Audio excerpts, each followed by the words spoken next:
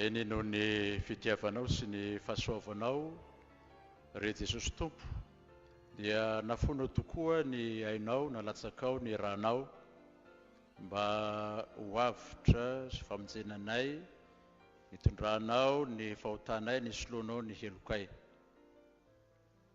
ary dia izany no tsarovanay sy ankalazanay nandratanay ny voninahitrao amin'izao pasika izay tanterahana amin'ny alahady izao ary iomananay amin'izao herinandro masina izao. Misotranao no ny nahafahany nanomboka izany herinandro masina izany ary manao azy amin'izao takariva anio izao dia misaotra noho ny teny izay efa nomenao anay ho fampiarezana ny finoanay ary fampiroenana anay amin'ny fahasoavanao nananay firaisanay natanteraka aminao. Misaotra noho ny teny izay omenao anay amin'izao koa ny amin'ny rahanao izay alatsakao ho famonjenanay dia tahio ny teninao ary ianao fanamasina no ampaheranay amin'izany tokoa, ampironay tsara amin'ny firaisana amin'ny Jesosy Kristy no izany raha masina nalatsaka ao anay izany. Nareo Jesosy no angatahana izany sotra Tompo.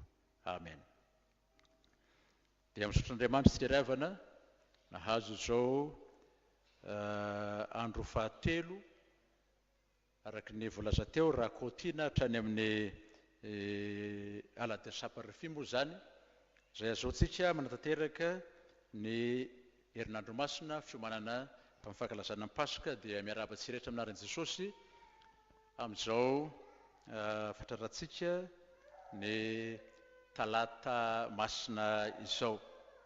Araka ny efa nambarany Ray aman-dreny nitarika teo dia ny amin'ny asa sy ny vokatsoan'ny ran'i Kristy no lohahevitra mbanjintsika efampizaratsika amin'izao hariva izao. Ka ny tenin'ny Paoly Apôstôly amin'ny Kolosianina toko voalohany 2:20 no anakinantsika azy sy atao teny fanorena amin'izany izay mivaky toy izao aminaran'i Jesosy hoe ny rany teo amin'ny hazo fijaliana no nanaovany fampihavanana. Ny rany teo amin'ny hazo fijaliana no nanaovany fampihavanana. Betsaka ny teny momba ny ran'ny Kristy ao amin'ny testamenta vaovao fa io no raisintsika amin'izao hariva izao. Raha lazaina ankapobeny dia ny rà no anisan'ny manana asany sy lanjany lehibe tokoa amin'ny fiainantsika zanak'olombelona. Ary Andriamanitra mihitsy no milaza izany amintsika ao amin'ny Baiboly. Izany nahatonga an Jesosy zanak'Andriamanitra nafoiny ho tonga nofo mba hahatonga azy hanana rà asany ao anatin'ny vatan'ny zava-mananaina. Tena tazany zany tsika olombelona mazava ho azy.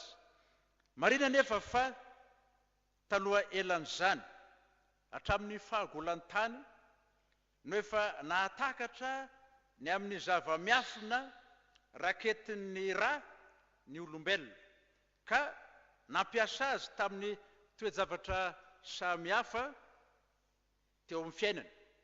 Indrindra moa izany teo amin'ny lafiny ara-pivavahana sy ny aram-piarahamonina. Amin'ny fifamatoram-pifandraisana teo amin'Andriamanitra sy ny razana ary ny olona ary koa amin'ny fandrafetana dinam-piarahamonina samihafa no tena nampiasan'ny olombelona betsaka izany rà izany. Araka ny fandinihan'ireo antropôloga sy manam-pahaizana momba ny karazam-pivavahana mantsy dia mitana toerana lehibe sy fototra amin'ny finoan'ny olombelona tokoa ny ra. Satria na ny kely maneho zany reto vitsivitsy tanisaina amintsika ireto. Amin'ny ankapobeny dia saky hita amin'ny karazam-pivavahana rehetra nisy ary mbola misy eto amin'izao tontolo izao ny fiheverana fa aina ny ra, sady mpitondra aina amin'izay rehetra ampiasana azy. Misy koa karazam-pinoana mihevitra fa ny ra no fohy be hitoeran'ny fanahy sy iasany, ka raha isika malagasy mihevitra fa ny fanahy ny olona, ny azy ireo kosa dia hoe ny ra sy ny fanahy no olona.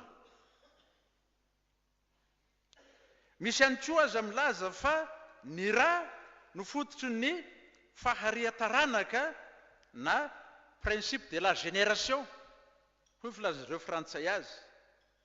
Ary izy ireo kaldiana razam-bendry Abrahama ohatra tany Babilôna dia nino fa ny ra ny Andriamanitra izy ireo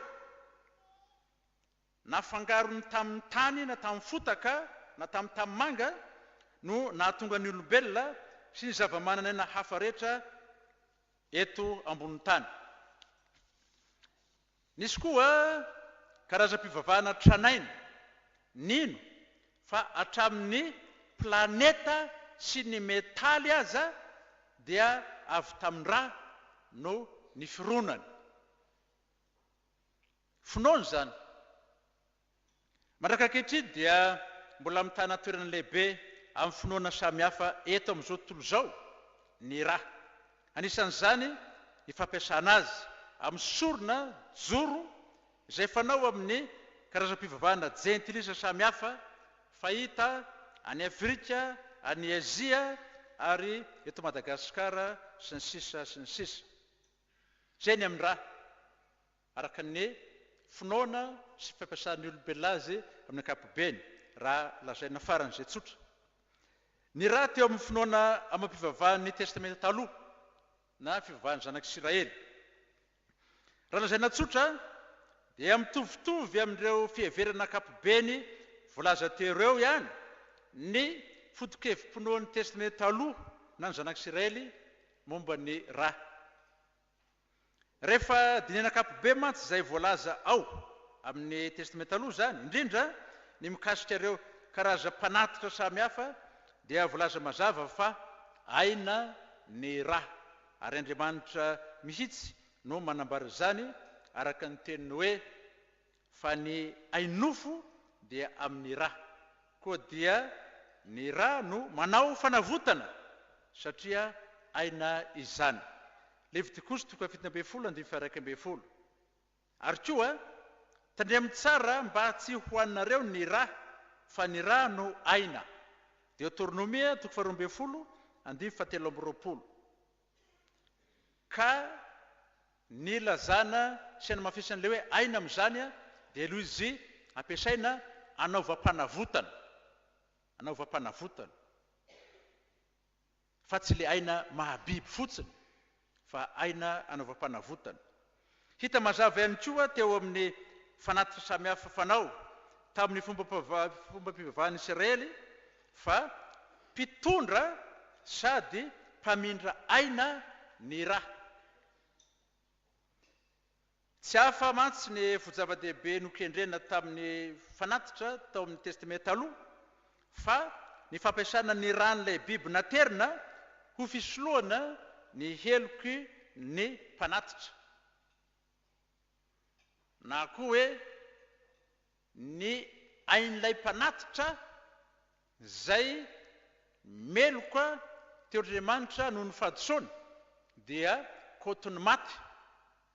Zany soloina ny aina vao tsy manatsiny ao amin'ilay avy amin'ilay biby tsy misy kilema, dia zay no manjary aina vaovao koa solon'ilay aina maty no fahotana dia akasitran'Andriamanitra zany. Midika ho fisoloana ny aina tsy ho faty arak'izany ny ain'ilay biby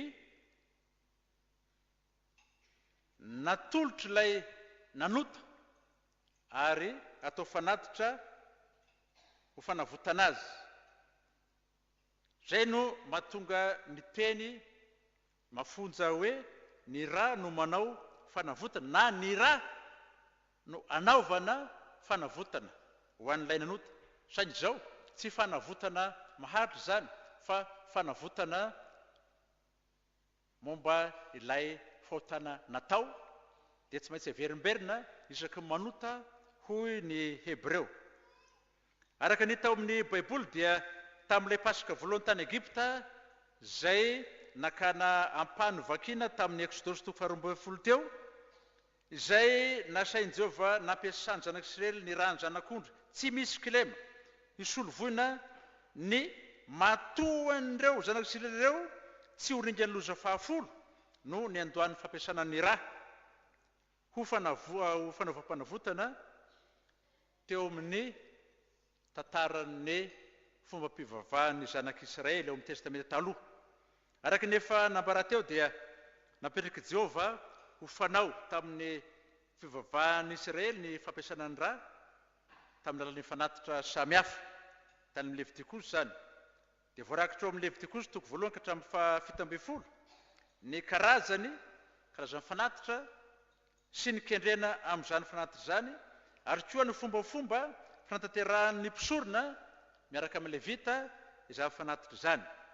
Fahasinganana amin'izany ny fanatitra manokana izay fanao isan-taona ho fanavotana faobe ho an'ny zanak'Israely, nampiasana ny ra nosilay, nampiasana osilay anankiroa ka ny ran'ny anankiray no nafafy teo amin'ny tandroky ny alitara ho fanavotana Israely, ary koa nafafy tamin'ny zanak'Israely fa ny osilay anankiray nalefa tany anefitra, nalefa velona mba ho an'ny Azazela, misy miteny ho amin'ny Belzebuba, hitondra ny fahotany zanak'Israely rehefa vita ilay ritoaly fanavotana tamin'ny alalan'ny ra. Dia azo lazaina ho fanohizana ara-potokevitra an'ilay fomba nanavotan'i Jehovah ny zanak'Israely tany Egipta voalaza teo izany fampiasana ra tamin'ny fomba mpivavahana samihafa teo amin'ny Israely zany. Dia le voalaza amin'ny Levitikosy toko fahaenina ambin'ny folo moa dia fanatim-panavotana, ary atao hoe andro fanavotana kosa ny fotoana nanaterahana azy izay atao indray mandeha isan-taona. Ary amin'io fanaovana fanavotan-dehibe ho an'ny Israely manontolo io no namohana ny hevitra lambabe mampisaraka ny masina sy masina indrindra, dia tao amin'ny masina indrindra no natanterahana izany ritoaly mpanavotana amin'ny lalan'ny rany osilay ho an'ny zanak'Israely izany. Marena fa araka ny didin'i Jehovah dia tsy maintsy avy tamin'ny biby madio toy ny omby, ondry amanosy ary voromailala etc. no nangalana ireo zavatra atao fanatitra ireo. Voalaza any amin'ny Levitikosy toko 2:1 zany. Nosoritany Jehovah mazava tsara ihany koa fa tsy maintsy biby salama sy tomady tsy misy kilema toy ilay zanak'ondry pasika voalohany tany Egipta no azo atao fanatitra. Ny anton'izany dia satria hitondra ny kilema na koa ny fahotan'ilay olona manatitra azy ny ran'ilay zanak'ondry na ny ran'ilay biby, ka dia tsy maintsy madio sy salama tsara izy mba ho mendrika izany fisoloana voina izany, satria araka ny nambara teo hoe matoa manao fanatitra ny olona dia nanota meloka teo an'Andriamanitra koty maty, dia tsy maintsy masina madio ary salama tsara eo an'Andriamanitra ny ra ny biby anavotana azy. Akoatr'izany koa dia tsara singanina amin'ireo fomba fanao tamin'ny testamenta taloha ireo ny nampiasana ny ra tamin'ireto zavatra tany saina manaraka reto, akoatran'le fampiasana ny ra tamin'ny fanatitra zany. dia eo le fampiasana ny ra ho fiarovana, le telo hoe fanavotana, fa ampiasana koa ny ra zany ho fiarovana, ohatra amin'izany ny raha latsaka tamin'ny famorana sy ny raha ny zanak'ondry ny pasika rahateo moa zany fanambara-teo, dia ampiasana koa ny raha ho fanadiovana.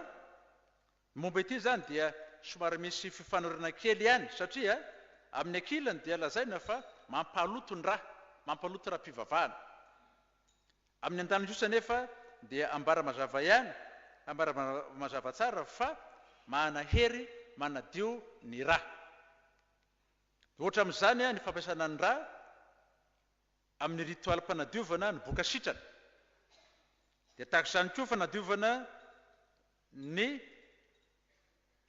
ohatra hoe vehivavy avy niteraka dia misy raha mivoaka dia manjary maloto ara-pivavahana izy, dia tsy maintsy diovina amin'ny lalan'ny raha.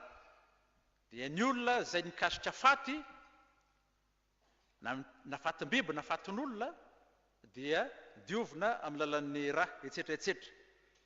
Dia ao koa ny hoe raha fanaovam-panekena, foto-zava-dehibe tokoa tamin'ny fiainam-pivavahany zanak'Isiraely ny fanekena, izay mifototra tamin'ny fanekena nataon'i Jehovah tamin'izy ireo. Dia samy nampiasaina raha avokoa izany mba ho fanamafisana orina an'ilay fanekena sy ho fanomezana hasina sy lanjany azy, ary indrindra koa ho fanehoana ny fifamatoranaina amin'ireo izay voakasitry ny fanekena na mpifanaitra zany. Tantara voalohany maneho izany ilay nandidian'i Jehovah any Abrahama hamono biby tamin'ilay nanatanterahany ny fanekeny taminy sy ny taranany, voalaza any amin'ny Genesis 1:10. Ary izay no atao hoe sady fanatitra notaken'Andriamanitra voalohany tamin'ny Abrahama, fa ny talohan'izay dia finiavana masina tao amin'ny Abrahama no nanao fanatitra ho an'i Jehovah, ary fomba nrazany avy tamin'ny nankalidianina azy no nahafantariny ny amin'ny biby madio tokony atao fanatitra.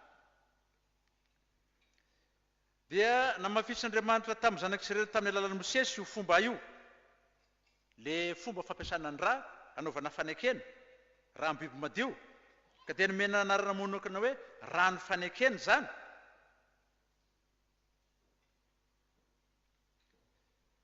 Any amin'ny Exodus 4:24 dia hitantsika koa ny teny Jesosy ny rany no lazainy hoe rany fanekena vaovao ho anareo, ho fanavotana ny maro.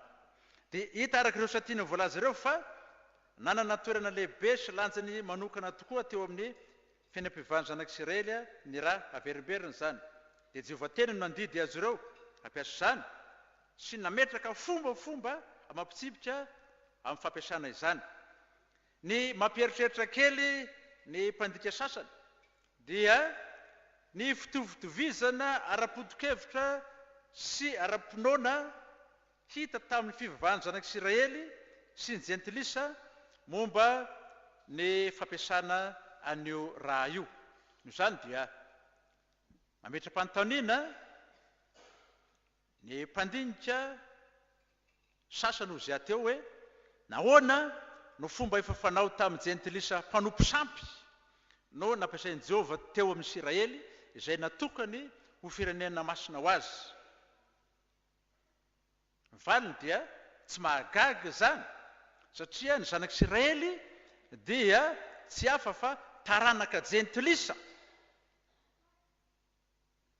Noho i Abrahama jentilisa ny orany Kalde tany Babilôna talohan'ny etseon'i Jehovah azy, hiala tamin'ny havany, tranondrainy, ny fiainana zatra azy mba hakany amin'ny tany izay asehony azy, dia ataony tonga ho firenena maro ka amin'ny taranany no hitahihana ny firenena rehetra ambonin'ny tany.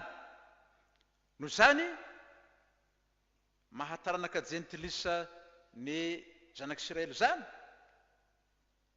dia ny fomba efa nahazatra ny razan'izy ireo taloha ihany no nampiasain'i Jehovah sy nodioviny no hamasininy ho fampiasan'izy ireo amin'ny fivavahana sy fifandraisana amin'izy Andriamanitra. Dia karazana fampiharana andriba na contextualisation izany. Tak'izany no fomba natao tamin'ny fandikanan'ny baiboly avy amin'ny teny anglisy ho amin'ny teny malagasy dia ny fomba fiteny ara-pivavahana gentlisy efa nampiasana tamin'ny teo amin'ny malagasy tamin'izany fotoana izany no nalaina dia nodiovina dia nampiasaina fandikanan'ny baiboly ohatra ny Andriamanitra. Jehova ihany no vaovao fa ny hoe Andriamanitra dia efa fampiasa tamin'ny fivavahana teratany malagasy gentlisy ny hoe Zanahary, Andriananahary, na fanahy, na ny heloka, na ny hoe ota. Efa nampiasaina daholo zany. Dia nianatra an'izany niaraka tamin'ireo gentlisy ny misionery nanatrika fitompova ny fombafomba mpivahana zareo tany dia nanadiady dia nahita fa tandrify antiany hoe God. Etsetretsetra ireo voambolany ny fivavahana gentlisy teratany ireo. Contextualisation koa izany. Dia maneho koa izany fitovitovizan'izany fa misy singam-pahalalana momba ny fomba mpivavahana marina ihany tavela ao amin'ny olombelona ankapobeny saingy noho ny fahotana dia tsy tanteraka araka ny sitrapon'Andriamanitra sy ny kendreny zany fa naviliny Satana ho amin'ny fanompoana azy. Ka rehefa nampiasain'Andriamanitra tamin'ny zanak'Israely nefa zany ireo fombafomba mpivavahana ireo dia nidioviny no amasininy araka voalaza teo dia tonga fomba mpivavahana araka ny sitrapony Andriamanitra dia izy mametraka azy eo amin'ny Israely ary dia mampisehony koa ny fikendreny hanavitra sy hanadio ny olombelona manomboka amin'ireo Israely olom-boafidin'ireo. Ary dia asehon'Andriamanitra sy omaniny amin'izany fampiasana ny rà tamin'ny fivavahany Israely zany koa ny fikasam-pahasoavany hanavitra sy hanadio antsika olombelona mpanota amin'ny alalan'ny rany Jesosy Kristy zanany malalany.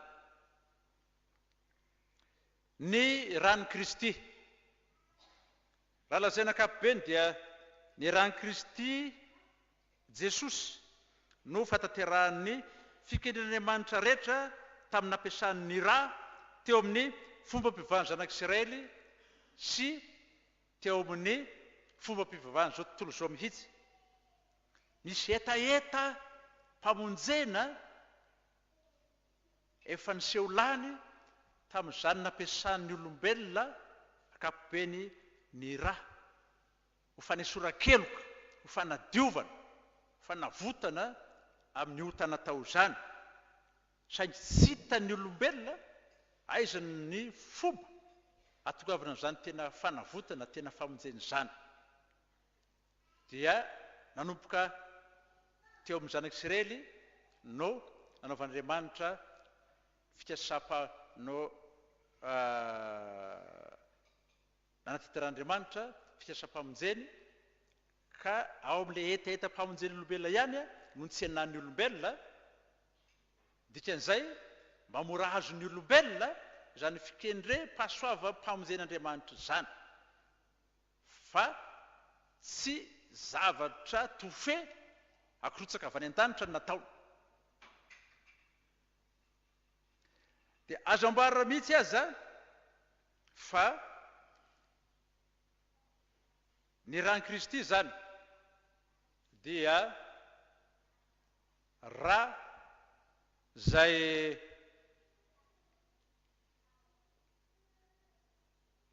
anaovan'Andriamanitra voalaza teo hoe nantanteran'Andriamanitra ny etaetapony olombelona manontolo ka ny ain-janak'olombelona manontolo nokon'Andriamanitra avotana amin'izany rà izany fa tsy ho an'ny Israely rery.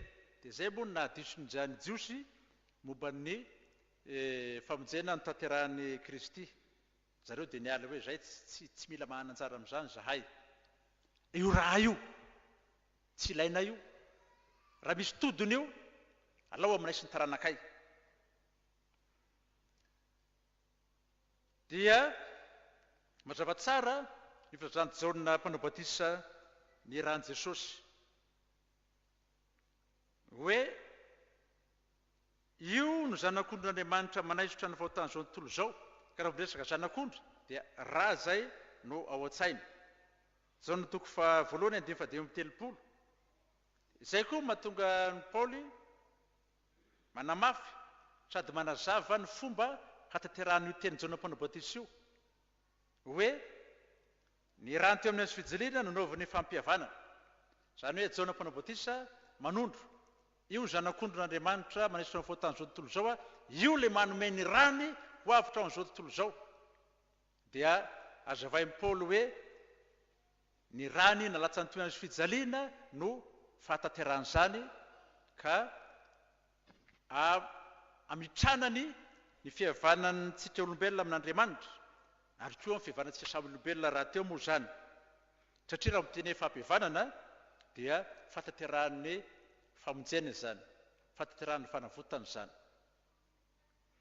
izao no tena ambara amindreo tenindreo raha lazina ankapobeny Jesosy Kristy no hany masina tsy manatsiny sy tsy misy kilema eo an-tsen'Andriamanitra ka dia nekeny sy nakasitrahany ny rany ho fanavotana atsika mpanota toy ny navotan'ilay zanak'ondry ny Pasika ny zanak'Israely na matoa ny zanak'Israely tany Egypta idikany hoe manavitra dia mividy na misolo voina na koa manafaka ka dia tonga tompon'izay navotana ilay mpanavitra zany no mahatompontsika an Jesosy Kristy satria izy no nanavitra atsika tamin'ny rany araky ny mahazatra eto amin'izao tontolo zao dia azo tanterahana amin'ny fomba maro samihafa na fanavotana ohatra raha andevo no avotana dia misolo toerana an'ilay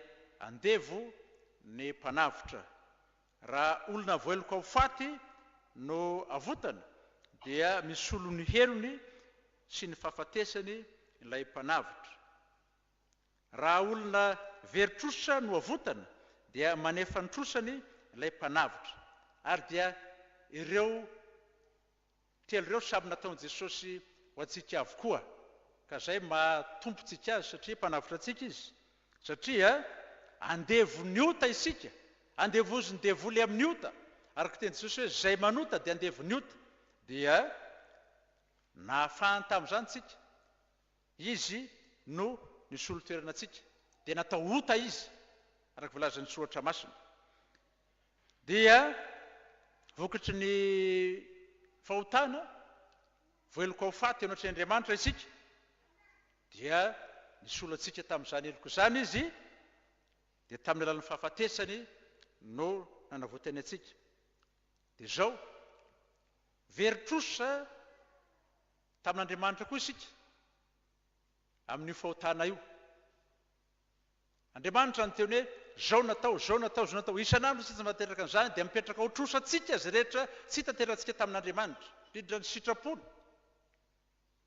ny didiny lalàna dia Jesosy nateraka an'izany voalohany ny trosa tsika teo amin'Andriamanitra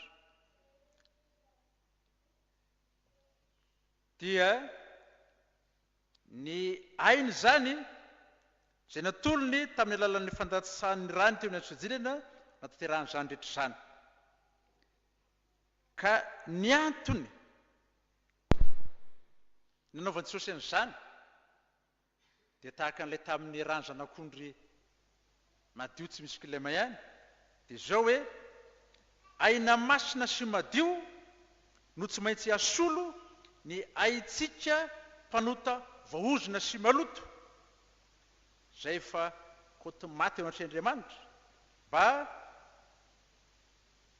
hananatsika fahavelomana indray amin'Andriamanitra hahafahan'Andriamanitra masina mandray sy manangana atsika ho zanany ary koa tonga atsika hanana indray ny endrika Andriamanitra izay narenantsika tany amin'ny famoronana saingy very sy rava noho ny fahotana koa dia avotraina no ny tanterahany Jesosy atsika tamin'ny rany marina nefa fa tsy fanavotana fitondrana ny fahotana sy fisoloana ny helontsika fotsiny ihany no tanteran'i Jesosy tamin'izany rano zany, fa voalaza teo hoe fampihavanantsika amin'Andriamanitra amin'ny alalana fandravana ny hevitry ny fahotana izay mampisaraka antsika amin'Andriamanitra, ary amin'ny alalana fandravana koa ny hevitrevitra mampisaraka antsika samy olombelona mba hahatonga antsika ho zanak'Andriamanitra ray ihany ao amin'i Jesosy Kristy noho ny ran'i Jesosy Kristy. Dia ao anatin'izany koa ny hoe famelomana antsika amin'ny fiainan'Andriamanitra mandrakizay izay efa namelomany antsika olombelona tamin'ny fofinainy mahavelona tany amin'ny fahariana antsika kanjo very noho ny fahotantsika. Ny aina misy ao amin'ny tsy mahanan'i Jesosy Kristy dia aina maty, tahaka an'ilay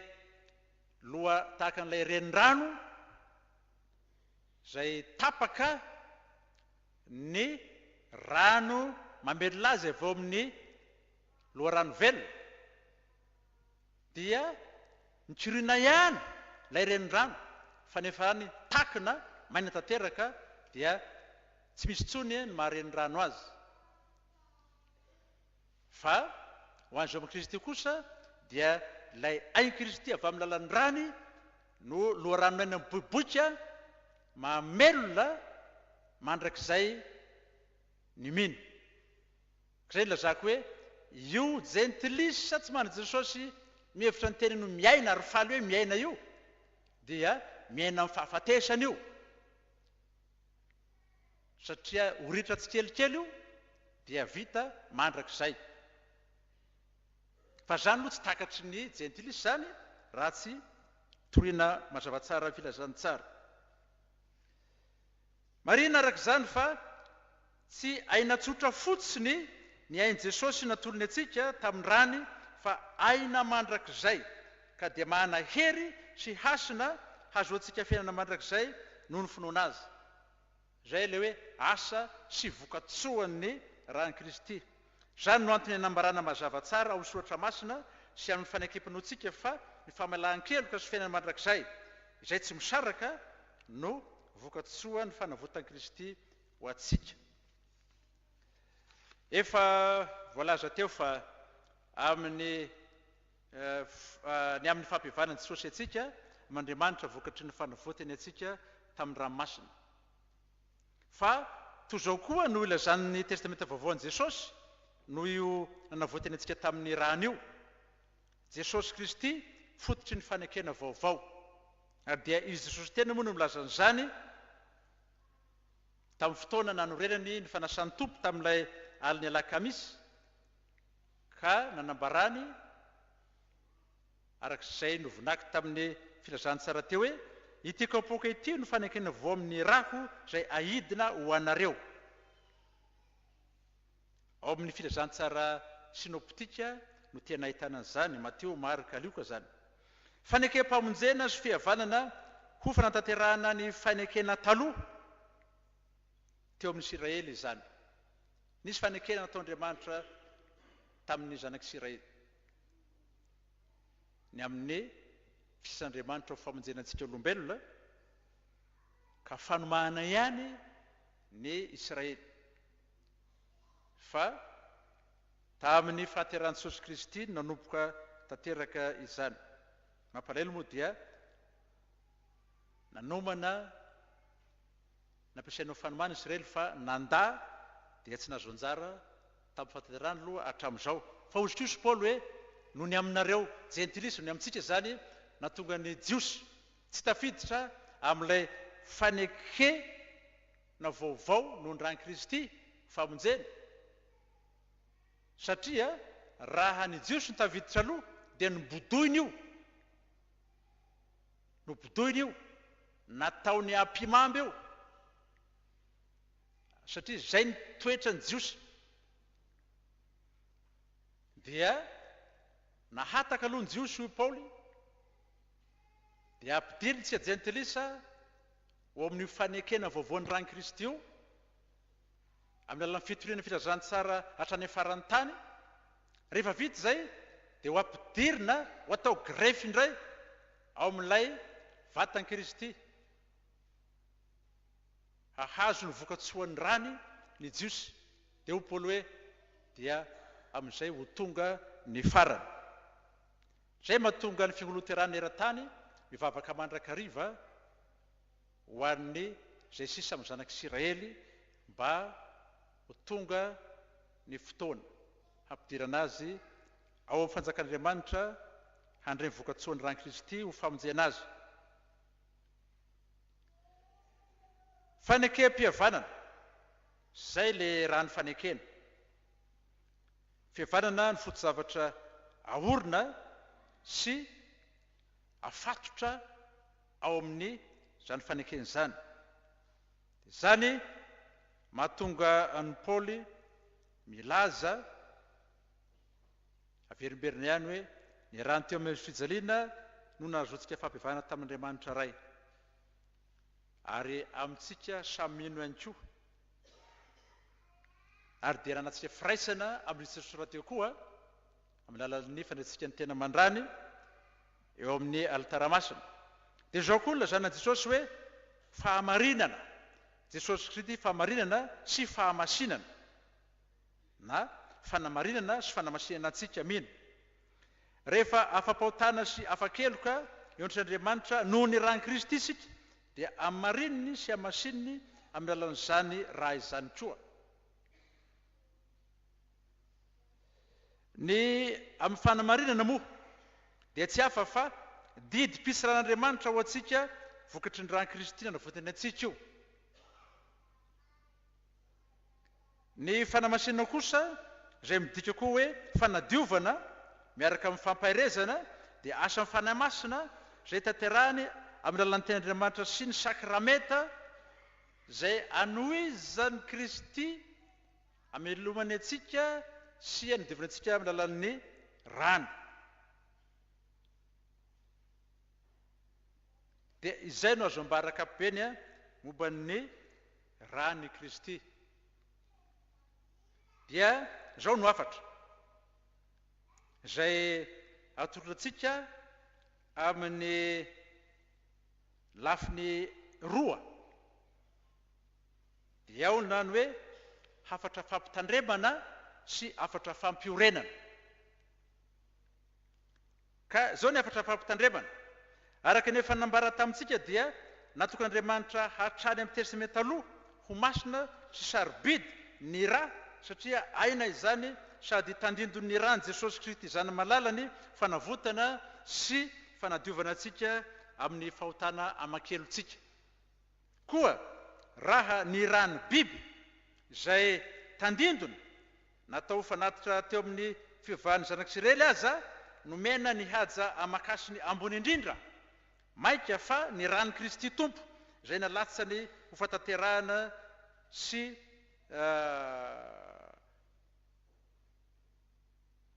ho famitana fanandavirana ny famonjen'Andriamanitra izay efa nokasainao antsika mpanota hatrany am-boalohany. Ambara zany satria misy dia samy manao tsinitsinina an'io rany Kristy io. Dia toy izany koa raha nisy zanak'Isiraely nanao tsinitsinina ny rany biby, nasolo ny helony rany biby, arak'izay nandiny Jehovah ny Mosesy, dia fahafatesana tsy misy indra fo mitsetrin'izany, tonga dia fitoraham-bato ho faty eo no ao. Maika fa izay maniratsira ny rany Kristy.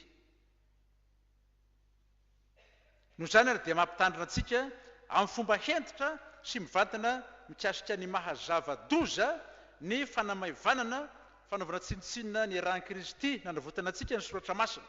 Satonina amin'izany reto ampatsirovana antsika reto. Fa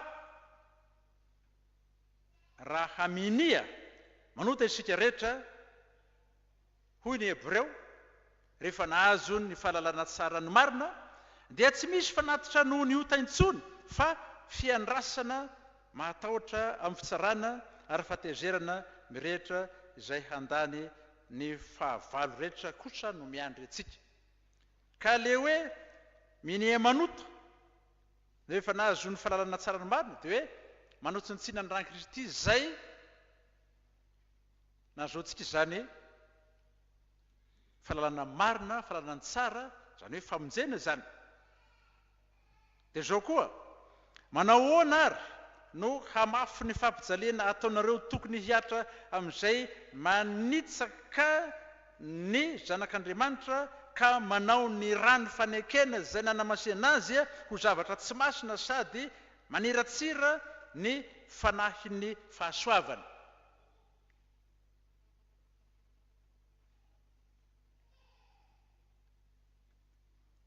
Fa izay efa noazavainy indray mandeha sady efa nanandrana ny fanomezana avy any an-danitra, nefa ny hemotra dia tsy azo avoazina indray ho amin'ny fibebana satria manombo ny zanak'Andriamanitra indray amin'ny hazo fijaliana ka manao azy ho fahamenarana. Satria tamin'ny fanomboana an'Jesosy tamin'ny hazo fijaliana no nalatsaka ny rano ho atsika. Ka izay efa nahazo famonjena kanefa mihemotra na manao tsinitsinina izany maivana izany dia toy ny mitaky an' Jesosy hoboana amin'ny hazo fijaliana indray. Fa izay tany mifoka ny ranonorana milatsaka aminy matetika ka maniry anana tsara ho an'ny olona izay miasa azy dia mahazo fitahiana avy amin'Andriamanitra. Fa izay maniry tsilo sy songosongo kosa dia lavina sady akaiky ny ozona ary ny efarany dia hodorana. Izay le hoe tany mifoka ny ranonorana dia tsy inona fa ny fotsika zay mifoka tsara ny ran Kristy ka mataontsika velona ao Kristy ary mahatonga azy ho antony havelomantsika ka mahatonga atsika mamokatra ho an'ny Kristy sy ny fiangonany, ho an'ny fanjakan'Andriamanitra. Amin'izao androm-pahavelomantsika izao dia fatete tsara fa amin'ny alalan'ny fanasan'ny tompony andraisantsika amin'ny finoana ny tena mandrany Jesosy Kristy famelan-keloka sy fiaina mandrakizay ho atsika ary firaisantsika aminy. Ilana fandinihantena sy fibebana mandrakariva nefa zany mba tsy ahazoantsika fanameloana dia hoy ny fampitandremana Paoly apôstôly momba izany hoe koa nazovo mihinana mofo sy misotro amin'ny kapoaka na misotro amin'ny rano Kristy amin'ny fanatsy mendrika dia homeloka ny amin'ny tena sy ny rano tompo izy. Haitsika tsy anjery zany. Fa izay rehetra mihinana sy misotro dia mihinana sy misotro fanameloana ho an'ny teny raha tsy mamantatra ny tenany. Izay mahatonga atsika tsy maintsy manao fiomana mandrakariva alohan'ny firaisam-panasan'ny tompo. Kanefa zao lay atao isaky lady faefatra mialohan'ny alady voalohany rehefa nasan'ny tompo dia zao akapobeny ihany fa ny tena fiomanana amin'ny firaisam-panasan'ny tompo dia ny fibebahantsika tsirairay avy miakohaka mihitsy eo am-paladeny Jesosy eo amin'ny hazo fijaliana satria manota isan'andro tsika tsy mendrika handray zany tena mandrany Kristy zany ka tsy maintsy sesana sy diovina amin'ny alalan'ny fanahy masina aloha zay miasa mahery amin'ny ten'Andriamanitra ao am-poso ny fiainantsika. Fa diso be mihitsy raha hoe tonga ny lady faefatra eo tsika no manao akamena hiomana rehefa nasan'ny tompo fa fibebahana iainany isan'andro mihitsy zany. Satria zao tsy ny tena mandrary ny tompo raisiny eo amin'ny alitara ihany no tsy maintsy tandremana fa ny fiainantsika avy amin'izany tena mandrany Kristy zany andavanandro fandraisana azy ray minitra roa minitra no eto fa andavanandro fiainantsika iainana zany, iainana anaty fahamasinana, fahamarinana, fahatokirana, fidelité ao aminy fanoloran-teny isan'andro, fandavan-teny isan'andro amin'ny toem-panaraka an'Andriamanitra. Ny fahaditsontsika amin'izany no ibebahana isan'andro isan'andro. Fa ilay fiomanana eto atao mba azahoantsika mandroso amin'ny latabatra masina. Aoka ho tsaroantsika mandrakariva izany. Dia izao kosa zany no hafatra fanorenana. Ten'Andriamanitra ihany no zaraintsika eto.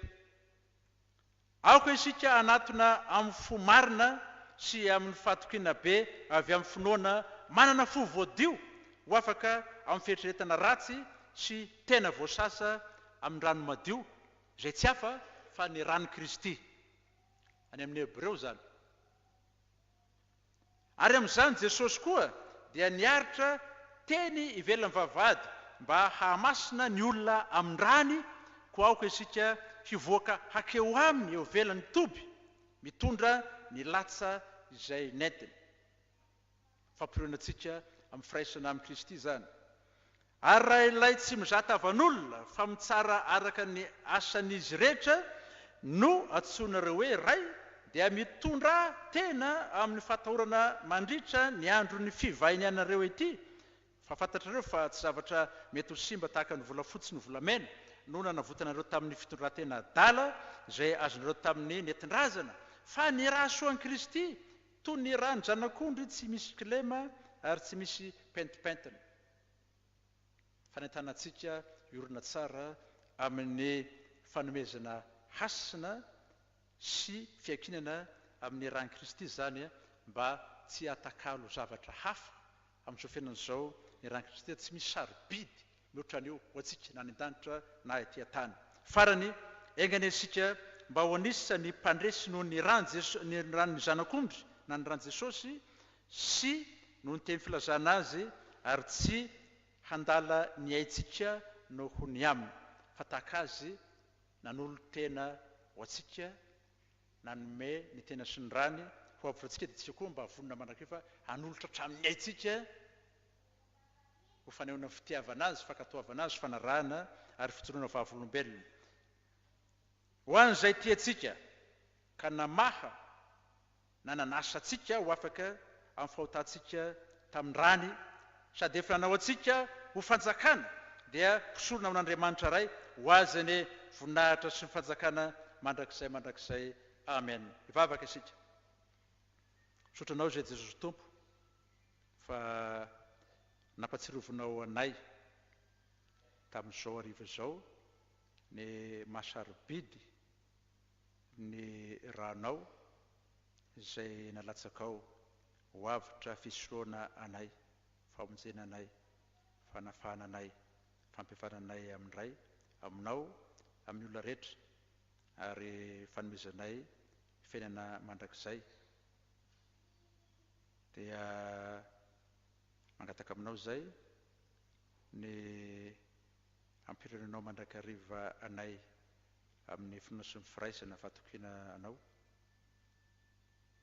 ary mba hampatsirovinao ny mandrakariva amin'ny fanahy masina fa zava-doza ho anay manontsinontsina ny rahanao masina, fa tena fiainana mandrakizay ho anay kosa ny fanomezanay hasina azy, ny fankatoavanay, ny fanekenay, ny fanekena vaovao izay fanaorinao tamin'izany ranao zany. Dia tehirizo amin'ny fahasoavanao amin'izany amin'ny andronay rehetra izay. Mandra-pahatonga anao handray anay ho any amin'ny fiainana izay fa notanterahanao fahasambarana mandrakizay ho anay. Naroa Jesosy angatana izany sotra Tompo. Amen.